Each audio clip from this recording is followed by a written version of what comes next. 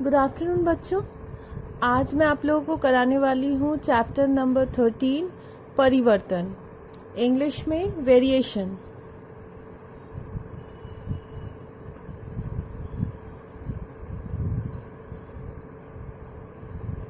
ठीक है, मान लो दो चल राशियां हैं x और y। सपोज x है हम लोगों का दिन और मान लेते हैं y है काम का हिस्सा,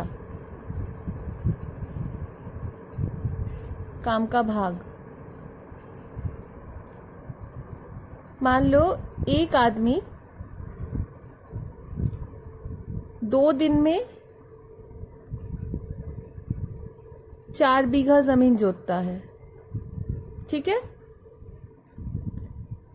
वही आदमी 4 दिन में 8 बीघा जमीन जोतता है। 8 दिन में 16 बीघा जमीन जोतता है। ठीक है, यहाँ x है हम लोगों का दिन और y है बीघा, काम का भाग। तो इसे अगर हम एक टेबल बनाते हैं,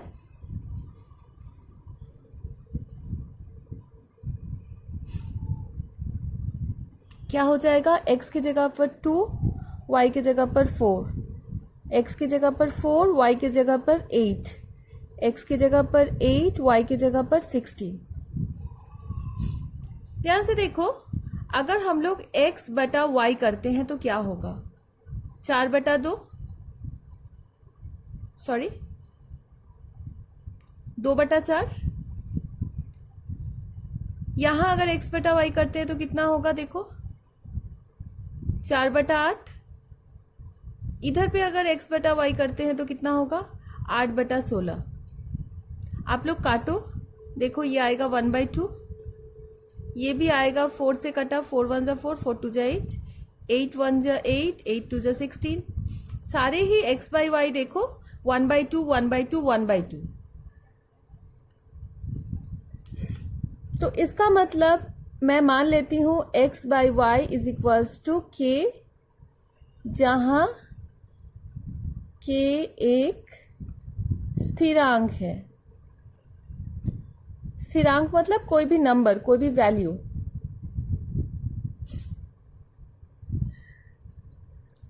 तो अगर x और y दो चल राशियों के बीच में इस तरह का संबंध होगा तो हम लोग कहेंगे x और y के बीच में सरल परिवर्तन हो रहा है। सरल परिवर्तन।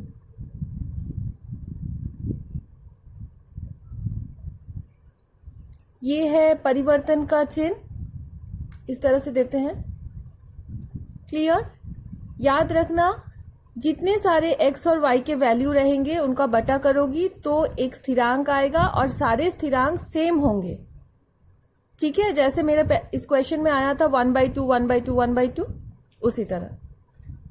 ठीक इसी प्रकार x और y दो चल राशियां अगर है और x इंटू वाई करने से अगर स्थिरांक आ रहा है, मतलब सारे x और y को गुणा करने से सेम एक नंबर आ रहा है,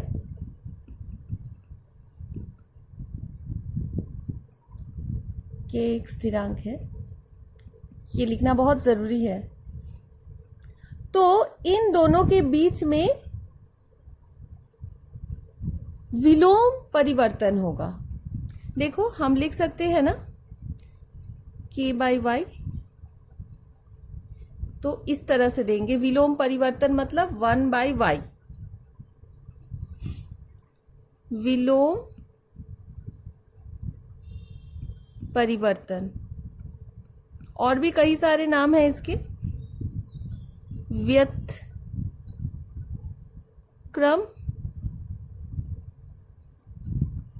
परिवर्तन। ठीक है, तो पहले वाला हो गया सरल परिवर्तन और इसका नाम है विलोम परिवर्तन। ठीक है, चलो अब हम लोग एक्सरसाइज करते हैं। चलो अब मैं तुम लोग को करके बताती हूँ एक्सरसाइज 13। चलो हम लोग कर लेते हैं क्वेश्चन नंबर 2।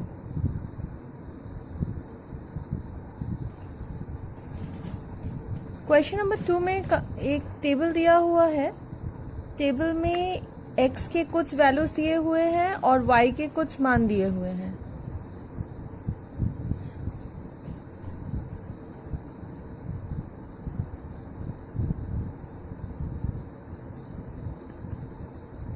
ठीक है,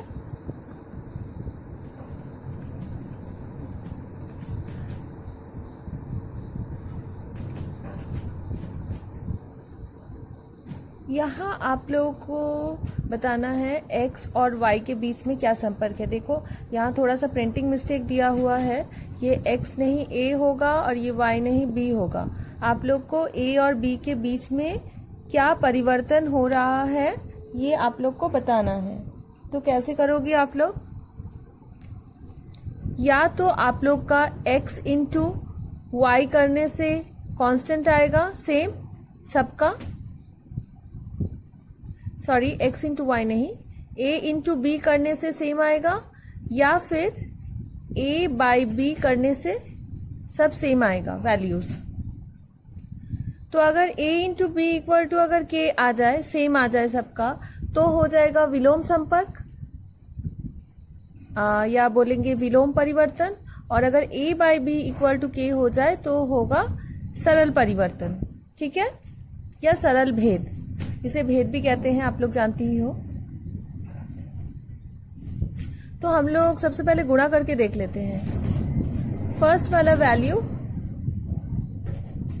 18 इंटू 3, नेक्स्ट होगा 8 इंटू 27/4, नेक्स्ट है 12 इंटू 9/2, फिर है 6 इंटू 9।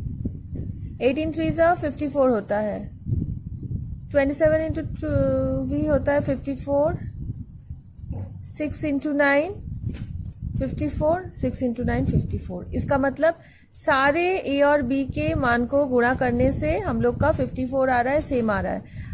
मतलब क्या हुआ, a और b स्थिरांक है, a into B equal to स्थिरांक हो रहा है, सेम है स्थिरांक 54। तो therefore a is inversely proportional to b, मतलब a विलोम परिवर्तन है b के साथ। ठीक है, अगर सेम अगर डिवाइड करके अगर सेम आ जाता तो हम लोग बोलते सरल परिवर्तन है। ठीक है, चलो अब नेक्स्ट सवाल कर लेते हैं।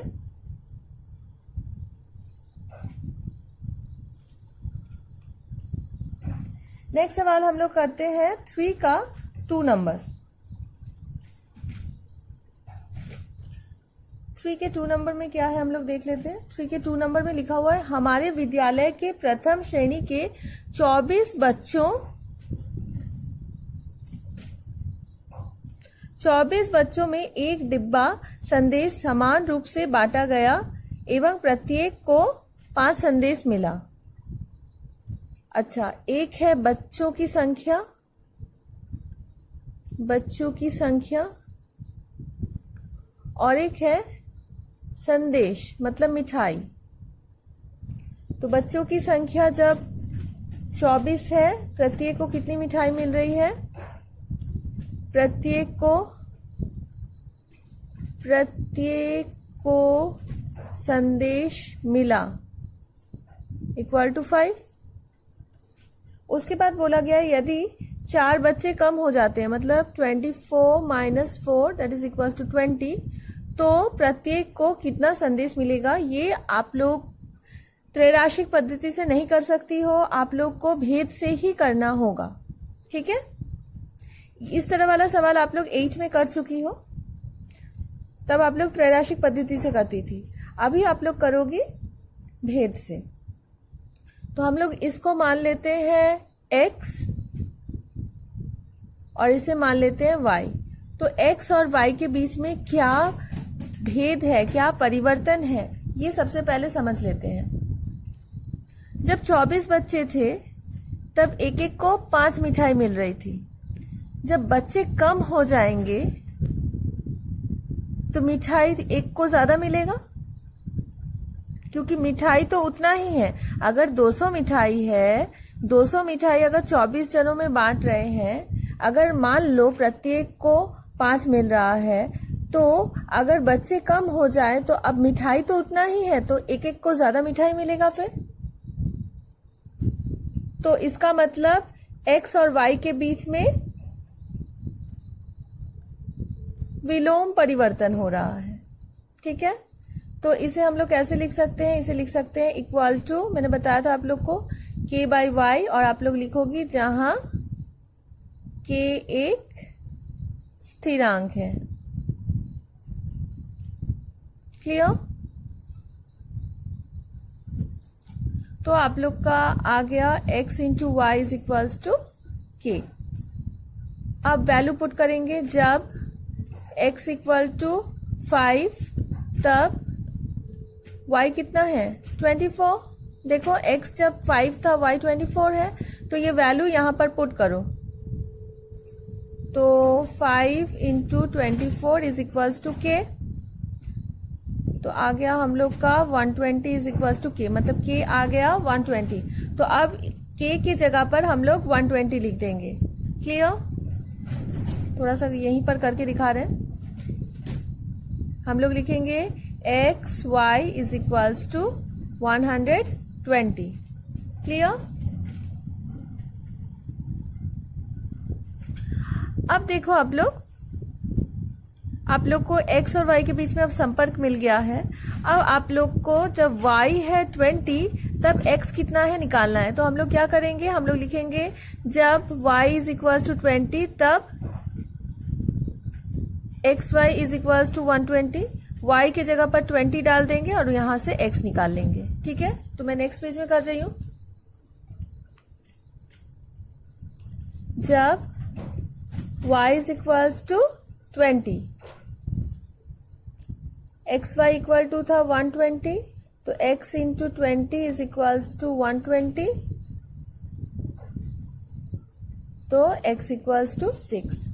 तो इसका मतलब जब 4 बच्चे कम हो गए तब प्रत्येक को संदेश मिलेगा इक्वल टू 6। ठीक, समझ में आया? अब हम लोग नेक्स्ट सवाल में चलते हैं। नेक्स्ट हम लोग करते हैं 4 नंबर।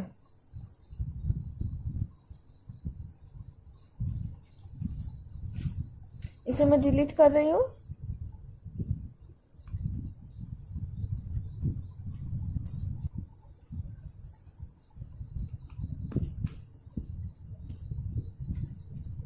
फोर का 3 नंबर कर रहे हैं।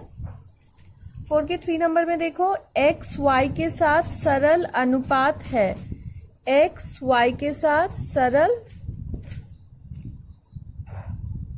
समानुपात है एवं z के साथ व्युत्क्रम समानुपात है, मतलब वही विलोम भेद है। तो x के साथ z विलोम भेद है, तो इन दोनों का यौगिक कर देंगे। यौगिक करने से क्या होगा? x is proportional to y by Z.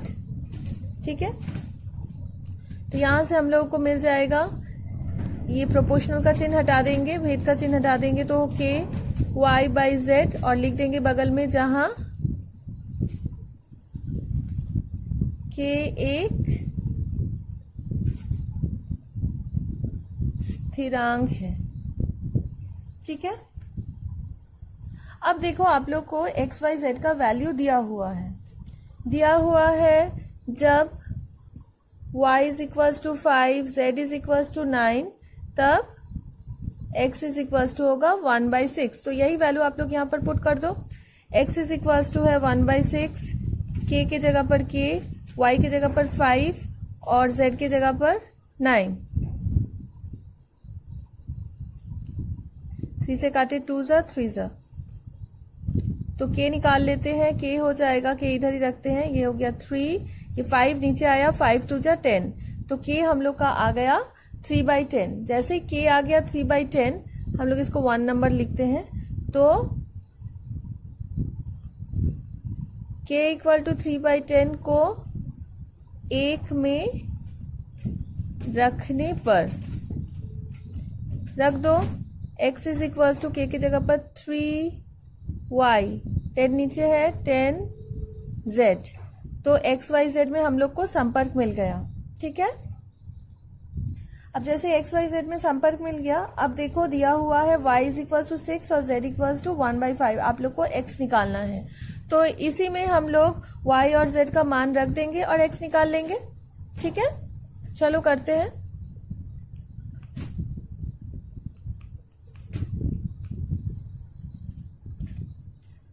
जब y इज इक्वल टू 6 एवं z is equal to 1/5,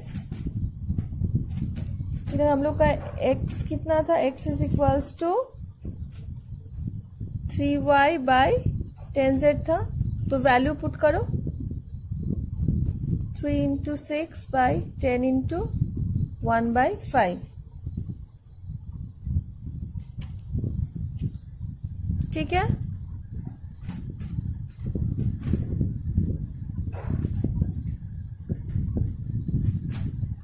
to से कटा 3, 3 3 से 9, तो देयरफॉर x का मान हो जाएगा 9। क्लियर? तो ये बन गया हम लोग का क्वेश्चन नंबर 4 का 3। अभी हम लोग चलो नेक्स्ट कर लेते हैं 5 का, सपोज 1 नंबर करके देखते हैं।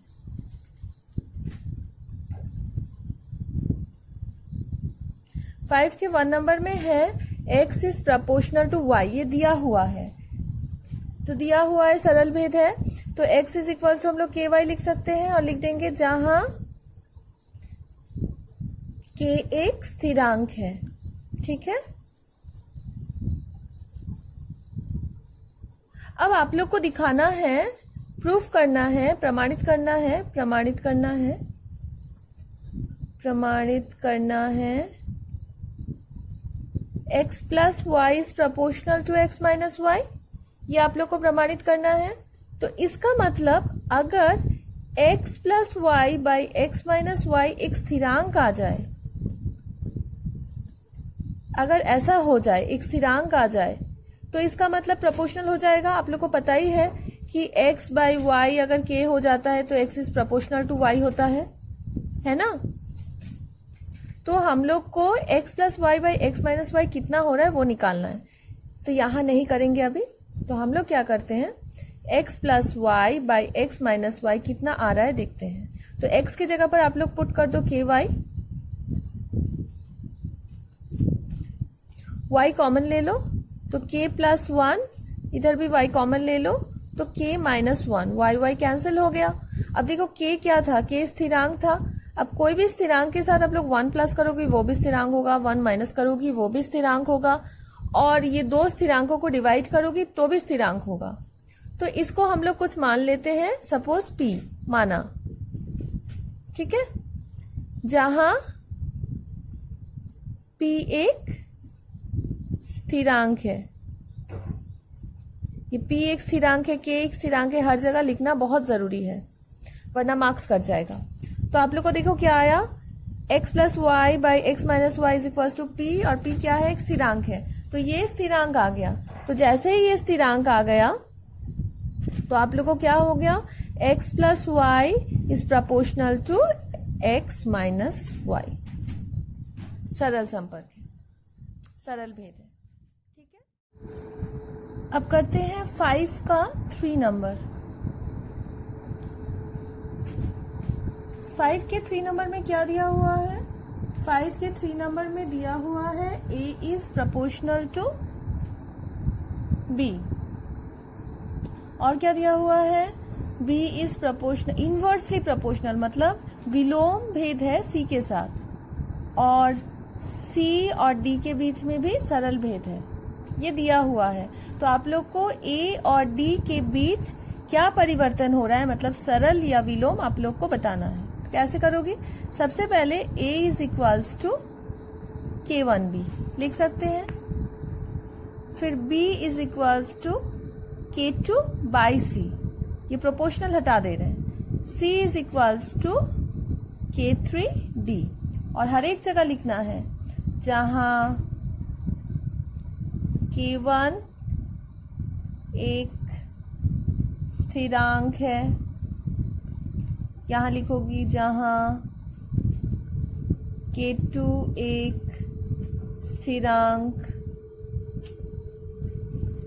स्थिरांक है, यहां पे लिखोगी जहां K3 एक स्थिरांक है। ठीक है, उसके बाद देखो B है K2 बाई C, तो ये देखो A इज इक्वल्स टू, ये B के जगह पर लिख दो K2 बाई C। ठीक है, अब C जहां है, C की जगह पर लिख दो K3D, सॉरी बाई नहीं, K3D। A is equals to K1 K2 by K3D। समझ में आया? C के जगह पर जहां C था K3D डाल दिए। ठीक है, तो ध्यान से देखो K1 भी स्थिरांक है, K2 भी स्थिरांक है, K3 भी स्थिरांक है, तो ये पूरा स्थिरांक है, और ये है इंटू 1 बाई T। ठीक, तो इसको पूरे को हम लोग K मान लेते हैं, माना K1 K2 by K3 is equals to K, और लिखोगी जहां K एक स्थिरांक है। ठीक है, ये लिख देना है जहां K एक स्थिरांक है। तो हम लोग का क्या आ जाएगा? A इज इक्वल्स टू, मैं इधर कर रही हूं, A is equals to K by D। तो A is equals to K by, A is equals to K by D का क्या मतलब है? क्या मतलब है इसका? A is inversely proportional to D, विलोम भेद है। ठीक है, तो आप लोग को यही निकालना था कि A और B के बीच में क्या संबंध है, क्या परिवर्तन है। तो आप लोग लिखोगी A D के बीच विलोम परिवर्तन हो रहा है।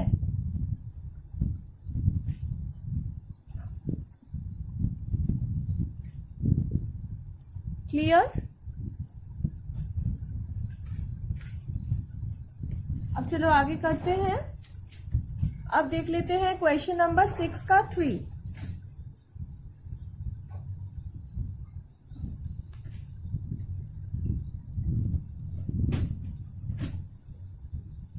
क्वेश्चन नंबर 6 के 3 में है x प्लस वाई। सबसे पहले देख लेना है क्या दिया हुआ है। दिया हुआ है x plus y is proportional to x minus y. तो इससे हम लोग क्या कर सकते हैं, देखो x plus y is equals to k x minus y लिख सकते हैं, जहां k एक स्थिरांक है। ठीक है, तो x plus y by x minus y is equals to k होगा। k बाई 1 भी लिख सकते हैं। अब आप लोग को कंपोनेंडो एंड डिविडेंडो मैंने सिखाया था, तो यहां पर कंपोनेंडो एंड डिविडेंडो करो बाय कंपोनेंडो एंड डिविडेंडो, या फिर आप लोग लिखो जोड़ भाग प्रक्रिया द्वारा। ठीक है, तो नीचे वाला ऊपर जाके प्लस हो जाएगा और ये माइनस हो जाएगा नीचे। सेम इधर भी k plus 1 by k minus 1। Clear?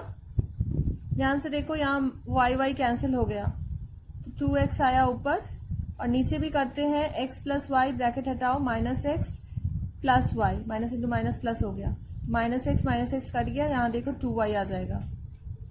यहाँ k प्लस वन बाई के plus one by k minus one तो एक स्थिरांक ही होगा, तो हम लोग इसको मान लेते हैं सपोज k1 और लिख देते हैं जहां k1 स्थिरांक है। ठीक है,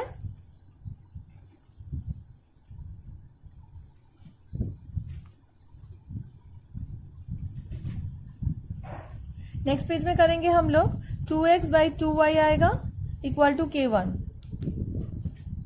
2x by 2y is equals to आ गया k1।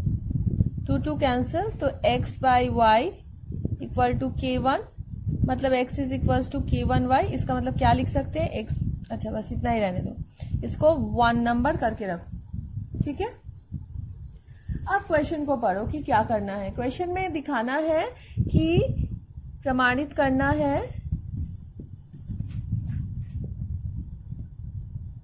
है ax plus by is proportional to px plus qy। ठीक है, जहां a b p q सारे ही स्थिरांक हैं। क्लियर? तो आप लोग को मैंने पहले भी बताया था ax plus b y by p x plus q y क्या हो रहा है ये निकालते हैं। अगर ये स्थिरांक आ जाएगा तो इसका मतलब प्रोपोर्शनल हो गया।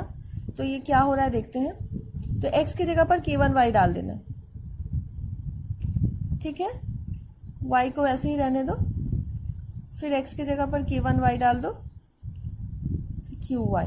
तो देखो दोनों में से y कॉमन आएगा, y कॉमन लो, क्या बचा a k1 प्लस b, नीचे y कॉमन लिए तो p k1 प्लस q। देखो y कैंसिल हो गया। अब ध्यान से देखो आप लोग, a भी स्थिरांक है, b भी स्थिरांक है, k1 भी स्थिरांक है, p q k1 सभी स्थिरांक है, तो ये पूरा ही एक स्थिरांक ही होगा। इसका मतलब ax plus b y by q x plus q y एक स्थिरांक होगा।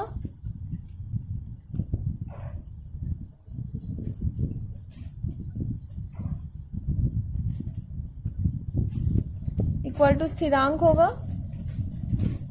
ठीक है,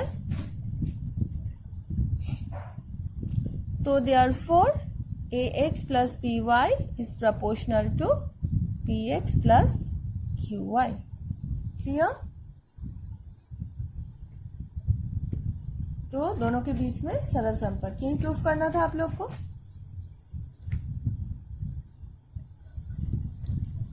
अब नेक्स्ट आगे करते हैं।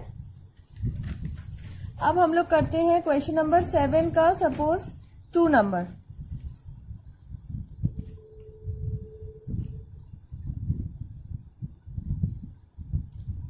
क्वेश्चन 7 के 2 नंबर में सबसे पहले देख लो क्या दिया हुआ है। दिया हुआ है x cube plus y cube is proportional to x cube minus y cube. तो सबसे पहले जैसे पहले वाले सवाल में किए थे, इसमें पहले निकाल लेते हैं। X cube plus y cube is equal to proportional हटाकर क्या होगा, भेद का चिन्ह हटाने से के आ जाएगा, एक स्थिरांक। और आप लोग लिख दोगे जहां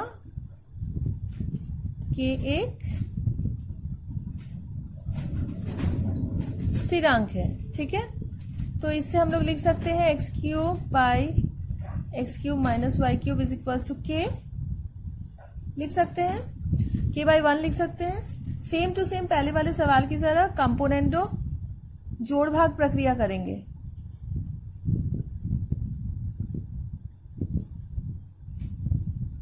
मैं डायरेक्ट ब्रैकेट हटा के कर दे रही हूं, ये प्लस हो जाएगा, ये हो जाएगा k plus 1 by k minus 1, bracket में लिख दो, जोड़ भाग प्रक्रिया द्वारा।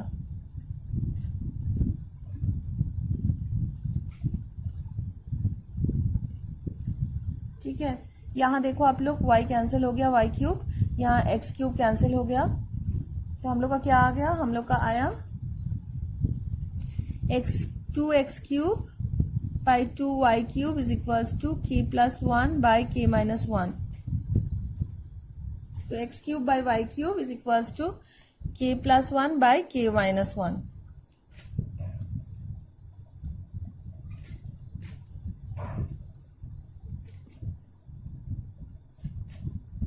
सॉरी सॉरी,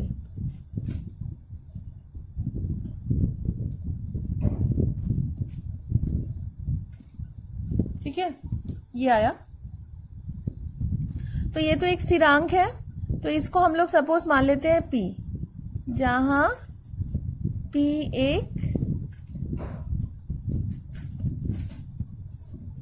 स्थिरांक है, ठीक है। तो देखो इसको हम लोग लिख सकते हैं क्या, क्या प्रमाणित करना है एक बार देख लेते हैं। प्रमाणित करना है x प्लस वाई, अच्छा, का whole cube is equals to P। तो ये क्यूब इधर जाने से क्या होगा, क्यूब रूट होगा। तो अगर P स्थिरांक है तो ये भी एक स्थिरांक ही होगा ना, तो ये भी एक स्थिरांक ही होगा। तो सपोज मान लेते हैं x by y is equals to m, जहां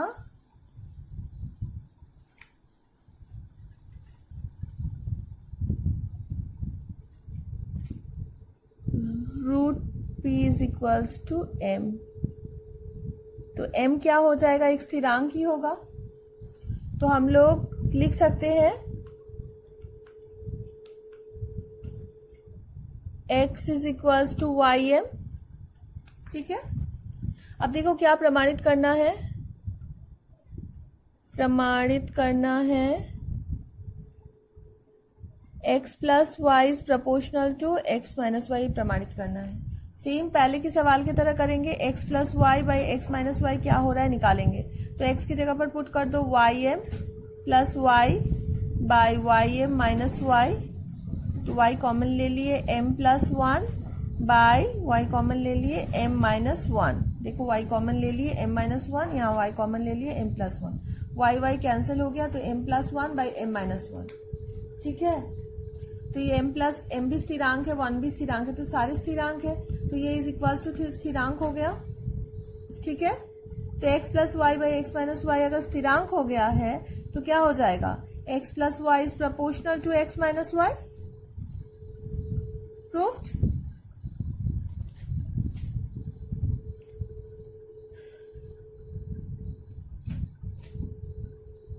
क्लियर बच्चों, चलो आगे बढ़ते हैं, देख लेते हैं क्वेश्चन नंबर 9। क्वेश्चन नंबर 9 में है गोलक का आयतन गोलक के अर्धव्यास के त्रिघात के साथ सरल समानुपाती है। गोलक का आयतन हम लोग मान लेते हैं, माना गोलक का आयतन इक्वल टू v मान लेते हैं, और v घन इकाई,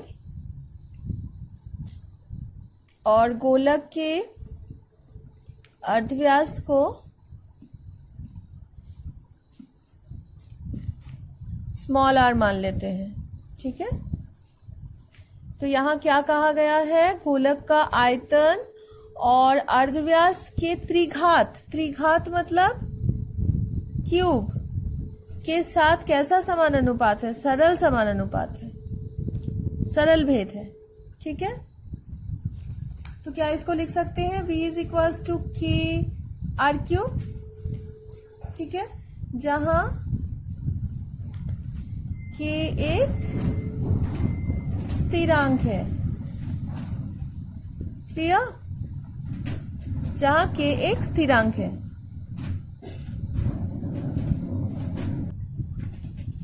अब देखो यहां पर 3 गोलकों के व्यासार्ध, व्यासार्ध मतलब व्यास का आधा, ठीक है।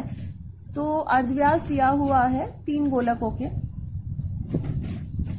तो एक को मान लेते हैं R1 दिया हुआ है 3 गोलकों के अर्धव्यास, R1 है मतलब 3/2 मीटर,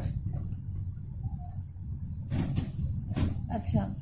R2 है 2 मीटर, और R3 है 2 सही 1/2 मीटर, मतलब 5/2 मीटर। अच्छा, यहाँ मीटर है तो इसे भी हम लोग मीटर बना देते हैं, घन मीटर, यहाँ पर आर मीटर में।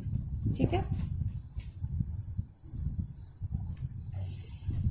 अब हम लोग ये R1, R2, R3 इस फॉर्मूला में पुट करेंगे। तो उसके लिए V1, V2 और V3 हम लोग का निकलेगा।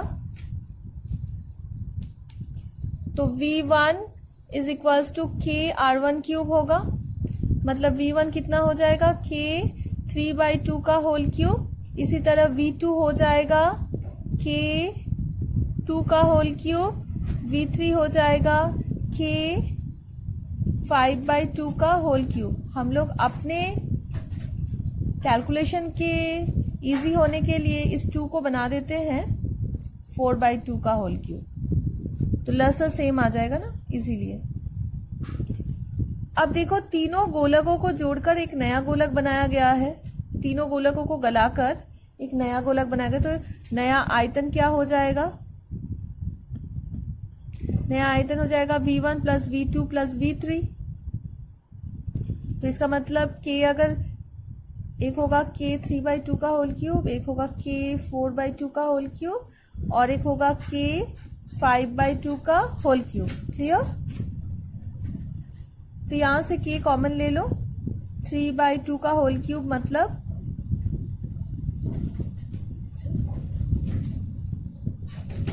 नेक्स्ट स्लाइड में करेंगे।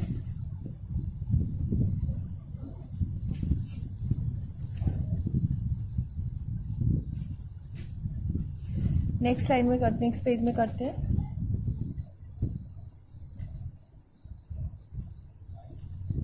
K कॉमन, 3 3 बार इंटू करने से होगा 27/8, 4 को 3 बार करने से 64/8, 5 को 3 बार करने से 125/8। तो हम लोग का V1 plus V2 plus V3 आ गया K 27 प्लस 64 प्लस 125। ठीक है, तो इसको जोड़ देते हैं। जोड़ने से हम लोग का आ रहा है 216/8। तो 8 से कैंसिल करते हैं, 8 2 जा 16, 16 5 6 8 7 जा 56।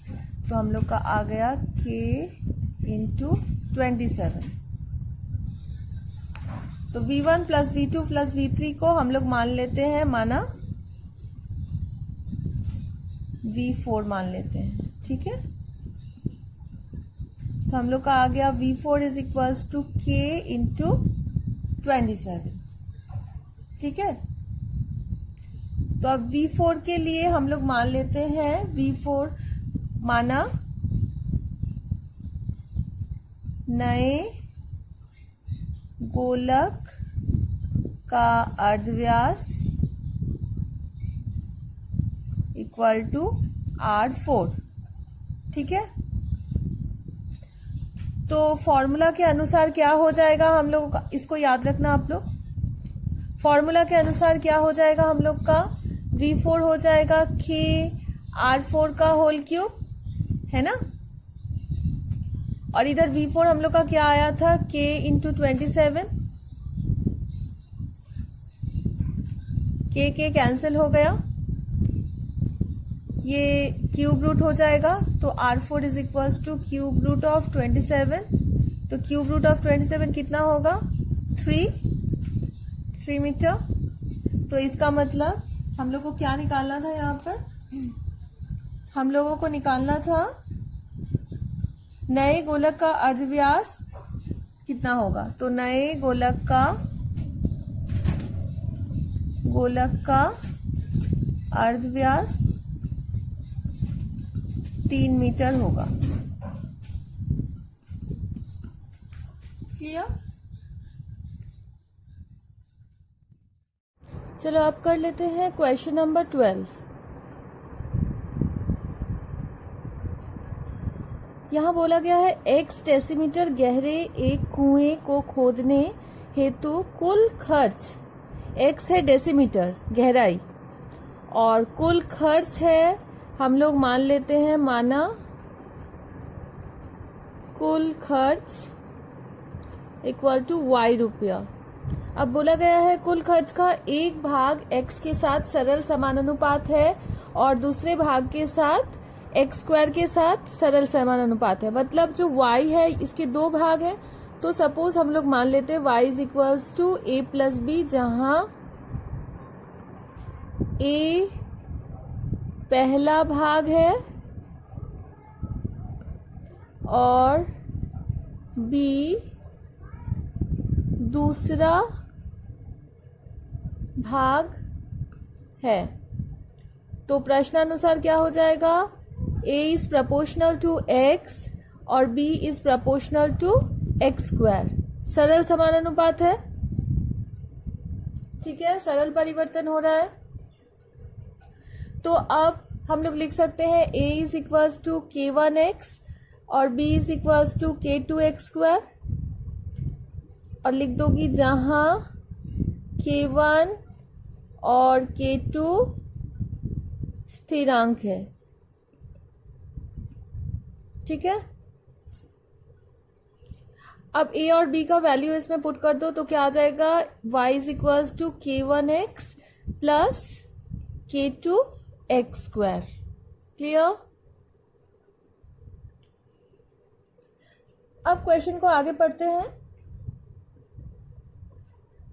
क्वेश्चन में है यदि 100 डेसीमीटर एवं 200 डेसीमीटर कुएं को खोदने के लिए 5,000 और 12,000 रुपए खर्च होते हैं,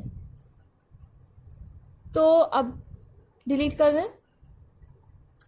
जब x is equals to 100 decimetre और y इज इक्वल्स टू 5,000 रुपया, तब हम लोग वैल्यू पुट करते हैं। हम लोग का क्या था, मैं एक और बार लिख रही हूं, आप लोग को लिखने का जरूरत नहीं है। यहां वैल्यू पुट कर दो, 5,000 is equals to k100 plus k2 x का स्क्वायर मतलब 100 का स्क्वायर, तो 5,000। अब देखो इसमें भी 100 इसमें भी 100 दो है, तो 100 एक कॉमन आ गया, तो यहाँ सिर्फ k1 बचा, यहाँ बचा 100 k2, ठीक है। एक 100 बाहर आ गया तो 100 k2, तो 2 0 कट गए, तो हम लोग का आ गया k1 plus 100 k2 is equals to 50, ठीक है। अब फिर से देखो, जब x is equals to 200 decimetre, y is equals to 12,000 रुपया, फिर से वैल्यू को पुट कर दो। 12,000 is equals to k1 into 200 plus k2 into 200 का स्क्वायर,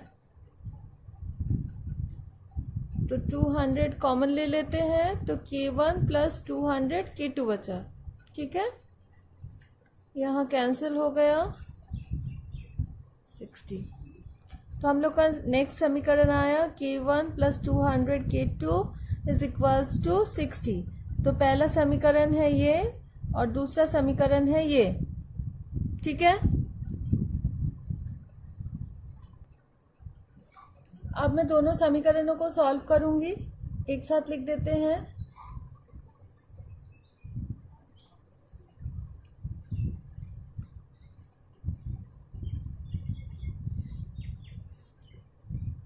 आप लोग किसी भी विधि से कर सकती हो।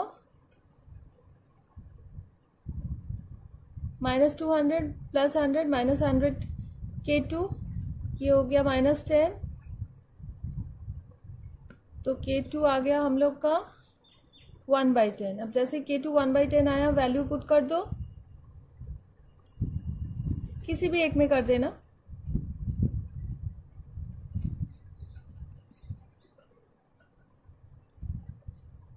तो ये 10 आया, 10 उधर गया, तो 50 माइनस 10, ये 10 माइनस हो जाएगा तो 40, तो k1 आ गया 40। तो अब हम लोग पुट कर देते हैं value, y is equal to क्या था, k1x, तो 40x plus K2 x square, K2 है 1/10 एक्स स्क्वायर। तो ये y और x में संपर्क आ गया। अब क्वेश्चन आगे पढ़ो। क्वेश्चन में थोड़ा सा प्रिंटिंग मिस्टेक है, 250 डेकामीटर लिखा हुआ है, वो होगा 250 डेसीमीटर। यहाँ पर 250 डेसीमीटर कुआं खोदने के लिए कितना खर्च होगा वो निकालना है। खर्च है हम लोग का y और x की जगह पर 250 पुट करोगी तो लिखना यहाँ पर जब x is equals to 250 decimetre तब y is equals to 40 into 250 plus 250 whole square by 10। ठीक है, कैलकुलेशन आगे कर रही हूं। 40 इंटू 250 हो गया 10,000 प्लस 1/10 इंटू 250 इंटू 250, तो एक जीरो कट गया यहाँ। 10,000 प्लस 625 और एक जीरो तो आ गया, प्लस कर देते हैं। तो देयरफॉर 250 डेसीमीटर गहरा कुआं खोदने में खर्च इक्वल टू 16,250 रुपया। ठीक है, क्लियर बच्चों? अब हम लोग थोड़ा आगे बढ़ते हैं। अब करेंगे हम लोग क्वेश्चन नंबर 14।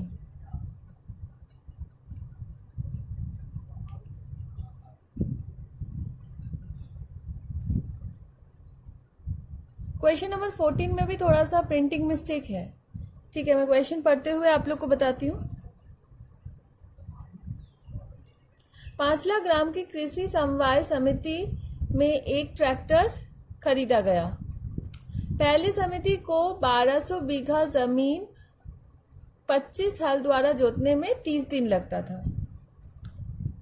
तो हम लोग थोड़ा सा लिख लेते हैं पहले। जमीन का हिस्सा, नेक्स्ट है अच्छा बीघा में, नेक्स्ट है दिन, फिर है हल। तो 2400 बीघा जमीन 36 दिन में 25 हल द्वारा जोता जाता था। अब थोड़ा सा प्रिंटिंग मिस्टेक है, मैं बताती हूँ। यहाँ पर इस समय जमीन नहीं होगा। अगर आधा जमीन केवल एक ट्रैक्टर, आधा जमीन एक ट्रैक्टर 30 दिन में जोत देता है। आधा जमीन मतलब कितना होगा? 2400 का आधा होता है 1200। 1200 जमीन 30 दिनों में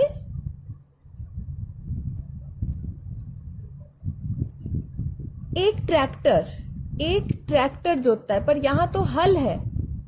ठीक है, तो आप लोग को यही निकालना है। ठीक है, ये आप लोग को निकालना है। तो यहां जब हम लोग सॉल्व करेंगे हम लोग का हल निकलेगा। और क्वेश्चन में बोल दिया गया है कि 30 दिन में 1200 जमीन एक ट्रैक्टर जोतता है। तो ये क्वेश्चन है हम लोग का कि एक ट्रैक्टर समान कितने हल। तो हम लोग का जैसे ही हल निकल जाएगा मतलब हम लोग का एक ट्रैक्टर इक्वल टू उतना सारा हल होगा। तो हम लोग सबसे पहले निकालेंगे यहाँ पर हल कितना सारा होगा। 1200 जमीन 30 दिन में जोतने के लिए कितने सारे हल का प्रयोग होगा। क्लियर? लेकिन इसको हम लोग 8 वाले मेथड त्रैरासिक पद्धति से नहीं कर सकते हैं। हम लोग को यहाँ परिवर्तन सिद्धांत से ही करना होगा। तो हम लोग क्या करते हैं, सबसे पहले मान लेते हैं इसको, हल को x मान लेते हैं, दिन को y मान लेते हैं और जमीन के हिस्से को z मान लेते हैं। क्लियर? तो आप लोग उस तरह से लिखते हैं, माना हल इज इक्वल्स टू x, दिन इज इक्वल्स टू y और जमीन का हिस्सा बीघा में है इक्वल टू Z। क्लियर? तो तुम लोग मुझे बताओ, हल के बीच में और दिन के बीच में क्या संपर्क होगा? जितना ज्यादा हल यूज करेंगे दिन उतना कम लगेगा, तो विलोम संपर्क। जितना कम हल यूज करेंगे उतना दिन ज्यादा लगेगा, विलोम संपर्क। तो x और y के बीच में विलोम संपर्क है। ठीक है? अच्छा, इसी प्रकार जितना ज्यादा हल होगा उतना ज्यादा जमीन जोत पाएंगे, जितना कम हल होगा उतना कम जमीन जोत पाएंगे। तो इन दोनों के बीच में क्या संपर्क है? सरल संपर्क है। तो x और y के बीच में विलोम संपर्क है और x और z के बीच में सरल संपर्क है। क्लियर? तो एक साथ कर, x और y के बीच में विलोम है और x और z के बीच में सरल है। तो इसे हम लोग एक साथ करके लिख सकते हैं, x is proportional to z by y। ठीक है? इसे क्या कहते हैं? यौगिक। x is proportional to, आप लोग नेक्स्ट लाइन में लिखना, z by y, नीचे है y। क्लियर?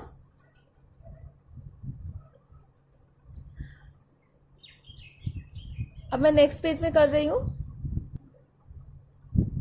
तो x is proportional to z by y, तो x is equals to kz by y लिखेंगे, जहां k एक स्थिरांक है। क्लियर? अब तुम लोग एक एक करके वैल्यू पुट करोगी। तुम लोग अपने कॉपी में देखो, तुम लोगों ने लिखा होगा 2400 बीघा जमीन था, 36 दिन और 25 हल। मतलब x था हम लोगों का 25, y था 36 और z था 2400। क्लियर? तो इसको हम लोग इसमें पुट कर देते हैं। 25 is equals to k into 2400 by 36। Cancel करो, 12 2 जा 12 3 जा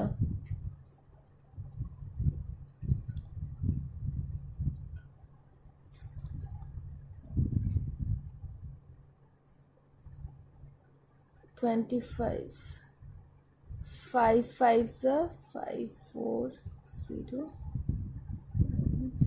8।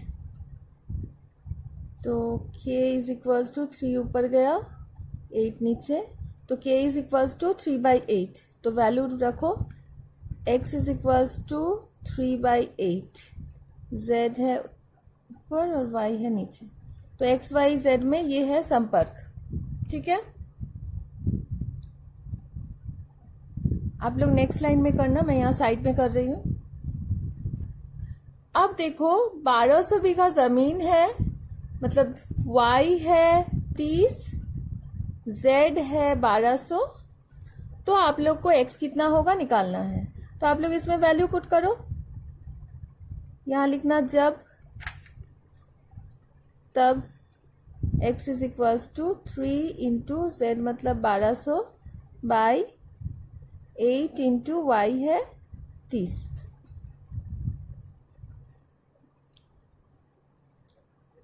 4 3 2 3 3 कैंसिल 15। तो x आ गया हम लोग का 50। ठीक है? तो x क्या था? हल था, तो 15 हल। और मैंने क्या कहा था? एक ट्रैक्टर जोत रहा है 1200 बीघा जमीन 30 दिन में, और वही 1200 बीघा जमीन 30 दिन में 15 हल जोत रहे हैं, मतलब 15 हल इज इक्वल टू 1 ट्रैक्टर। तो आप लोग का आंसर हो जाएगा एक ट्रैक्टर समान 15 हल। क्लियर बच्चों?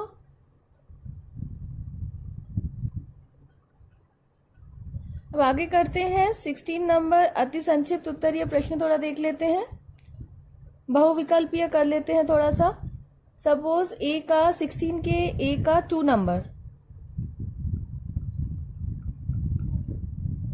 दिया हुआ है। यदि x is proportional to y,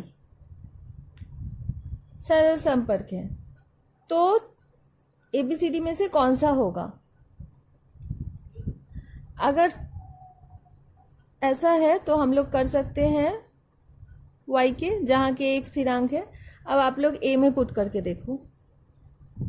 a है x square is proportional to y cube, होगा या नहीं चेक करने के लिए आप लोग x square by y cube निकालो, देखो के आ रहा है या नहीं।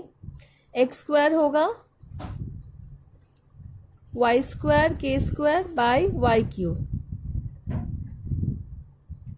तो देखो यहां एक y बच गया, तो आया के स्क्वायर बाई वाई। तो ये स्थिरांक नहीं हो रहा है क्योंकि साथ में एक y भी है, एक चल राशि है, तो ये नहीं होगा। b वाला करके देखो। b वाले में है x cube by y square करके देखो, y cube k cube by y square. तो अब ऊपर एक y बच गया, ये भी नहीं होगा। सी वाला करके देखो, x बाई वाई क्यूब, यहां भी नीचे y स्क्वायर बच गया, ये भी नहीं होगा। अब डी वाला करके देखो, डी वाला अब x square by y square करके देखो, वाई स्क्वायर के स्क्वायर, नीचे वाई स्क्वायर, देखो वाई स्क्वायर कट गया, बचा के स्क्वायर। अब के एक स्थिरांक है तो के स्क्वायर भी स्थिरांक होगा, तो इसका मतलब क्या हो जाएगा, यहां से मिलेगा x square is proportional to y square. इसका मतलब एक्स प्रपोर्शनल टू वाई होने से x square proportional to y square होगा, तो इसका मतलब आंसर होगा हम लोग का डी। क्लियर? अब चलो देख लेते हैं 5 नंबर वाला। 5 नंबर में क्या है? 5 नंबर में है यदि y minus z is proportional to 1 by x, z minus x is proportional to 1 by y, और x minus y is proportional to 1 by z होने से तीनों परिवर्तनों के जो स्थिरांक का योग कितना होगा। यहां प्रपोर्शनल का चिन्ह हटेगा तो क्या हो जाएगा, y minus z is equals to k1 by x, और जहां k1 एक स्थिरांक है।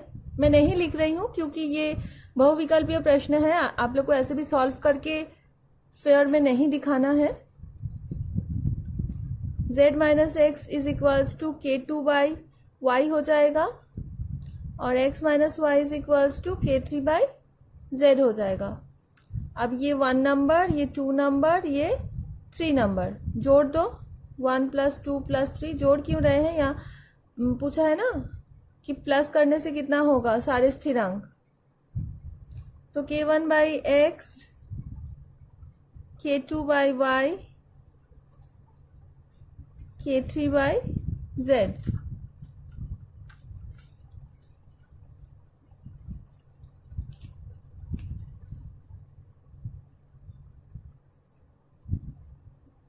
अच्छा एक काम करो, आप लोग इसको इंटू कर दो,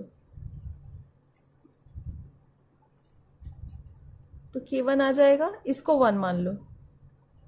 यहां इंटू कर देने से y into z minus x is equals to k2 आ जाएगा, उसको 2 मान लो। और ये z इधर इंटू कर दो, z into x minus y is equals to k3, इसको 3 मान लो। अब 1 प्लस 2 प्लस 3 करो, तो k1 plus k2 plus k3 आ जाएगा। तो इधर क्या होगा, x, मैं ब्रैकेट खोल रही हूं direct, x y minus x z, ठीक है। और इधर k2 के साथ क्या है, plus y z minus x y plus यहाँ K3 के लिए क्या है, ZX माइनस ZY। अब देखो XY minus XY cancel, minus XZ plus XZ cancel, minus plus YZ minus YZ cancel, तो 0 आ गया। तो K1 plus K2 plus K3 आ गया 0। ठीक है, तो हम लोग का A वाला ऑप्शन आंसर हो गया। ठीक है,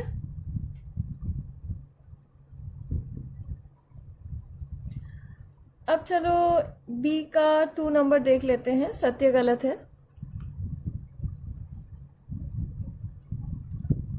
यहाँ पर बोला गया है x is proportional to z है और y is proportional to z है, होने से x y proportional to z होगा या नहीं?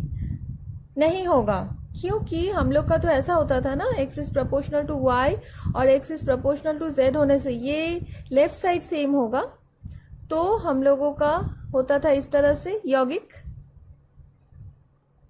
लेकिन यहाँ पर ठीक उल्टा है, तो ये नहीं संभव है, तो ये गलत है।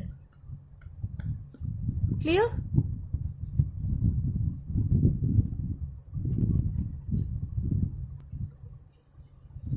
अब 17 नंबर करते हैं।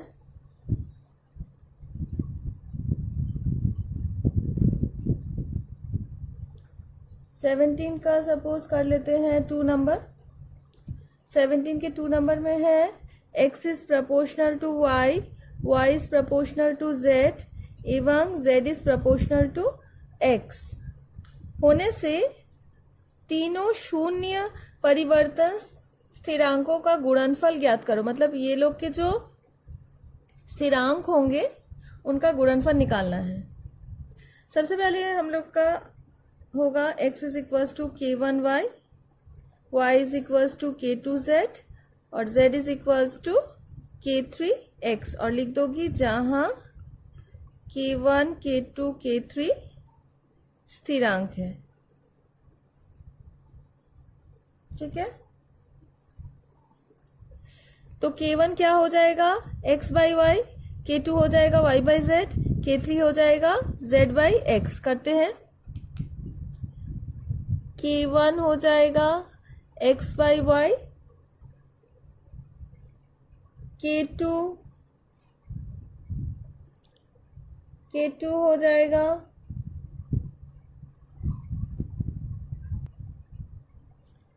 y बाई z, k3 हो जाएगा z बाई x।